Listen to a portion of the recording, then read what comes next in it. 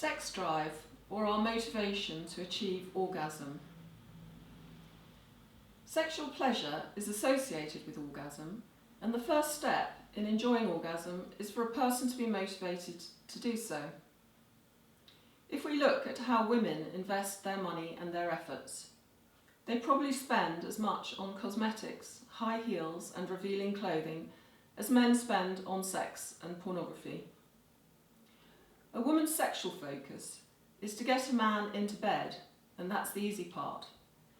Then she needs to keep him interested in having sex with her by responding appreciatively during sex, if she doesn't want to lose him to someone more amenable. The fact is, we're all very different, but we assume that we're all sexual equals. Alfred Kinsey emphasised the huge range in sex drive that defines normal for both sexes. For example, some women orgasm many times a day, and some men orgasm once every few weeks. But on average, Kinsey found that men are up to 6 times more sexual, as measured by the incidence of orgasm, than women are. Male sex drive declines with age, but even by the age of 60, male orgasm frequencies have not fallen to the female level. Women orgasm on average once every 2 weeks, regardless of age. For men under 30, the average is 3 times per week.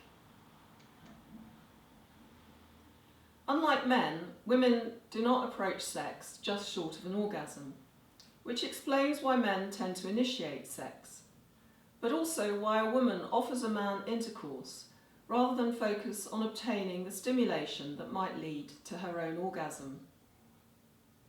Men are much more motivated by sex and orgasm than women are.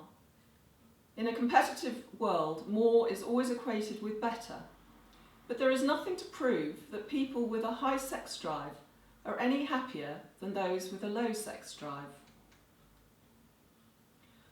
A woman is impregnated regardless of orgasm, so there is no reason for her to orgasm by any means. In other words, there is nothing either abnormal or unusual if a woman never has an orgasm, either alone or with a lover. Increasingly, women today have the confidence to challenge the media portrayal of women's sexuality. The Australian writer, Kathy Lett, suggests she prefers a man who can talk or even cook over one who is obsessed with orgasm. The American writer Joan Sewell, in her book I'd Rather Eat Chocolate, talks confidently and positively about having a low libido. In the BBC Three documentary Britain in Bed, broadcast in 2012, George Michael gives his candid opinion. The idea of no strings attached sex is very attractive to most men, gay or straight. In the same programme, Peter Stringfellow defends lap dancing against the objections of the female protesters outside his London nightclub. He says, "The truth is, this is a male form of entertainment, for men.